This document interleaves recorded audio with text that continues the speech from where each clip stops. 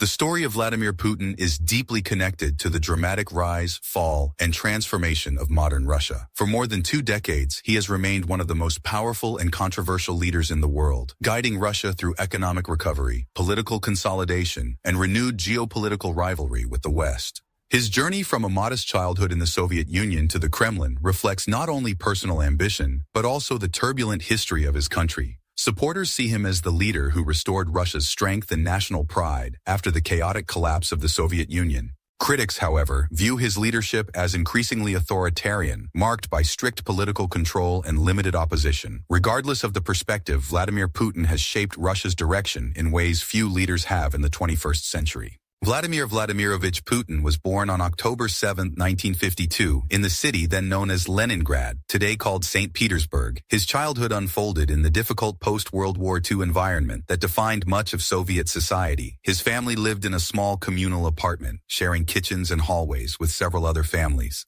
His father, Vladimir Spiridonovich Putin, had served in the Soviet Navy during the war and later worked in a factory. His mother, Maria Ivanovna Putina, worked various labor jobs to support the household. The hardships of this upbringing shaped Putin's disciplined and resilient personality. Growing up in crowded neighborhoods, he often had to defend himself against older boys in street fights, which motivated him to learn martial arts. As a teenager, he began practicing sambo and later judo, eventually earning a black belt and becoming highly skilled in the sport. Martial arts would later become a central part of his public image, symbolizing discipline, control, and strength. During his youth, Putin developed a fascination with intelligence services. Soviet spy films and books inspired him, and he dreamed of becoming a secret agent working for the state. Determined to pursue this path, he studied law at St. Petersburg State University. While there, he became known as a serious student with strong organizational abilities. In 1975, after graduating, he fulfilled his ambition by joining the KGB, the Soviet Union's powerful security and intelligence organization. This career path would profoundly influence his worldview, emphasizing loyalty to the state, secrecy, discipline, and strategic thinking. In the early years of his service, he received training in counterintelligence and surveillance.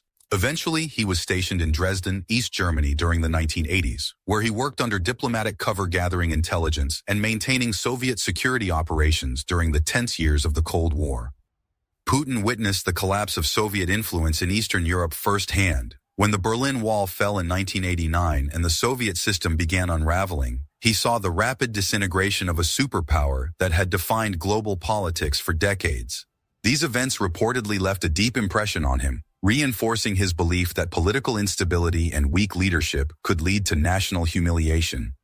When the Soviet Union collapsed in 1991, Putin returned to his hometown, where he soon entered public service. He began working with Anatoly Sobchak, the reformist mayor of St. Petersburg, handling international relations and economic cooperation projects. In this role, he gained experience navigating the complex and chaotic transition from a communist system to a market economy. Putin's efficiency and loyalty attracted attention from political leaders in Moscow. In 1996, he moved to the Russian capital to work in the presidential administration under Boris Yeltsin. Within a few years, he climbed rapidly through the ranks of government. In 1998, he was appointed director of the Federal Security Service, the main successor organization to the KGB. This role placed him at the center of Russia's national security apparatus. By 1999, he had become Prime Minister of Russia. Later that year, in a dramatic political move, President Yeltsin resigned and named Putin acting president. When elections were held in 2000, Putin won decisively, beginning a new era in Russian leadership. Putin's early presidency focused on restoring stability after the turbulent 1990s. Russia had experienced economic collapse, hyperinflation, political infighting, and rising crime during the transition from Soviet rule. Putin sought to rebuild state authority by strengthening federal control over regional governments and limiting the influence of powerful oligarchs who had gained enormous wealth during privatization.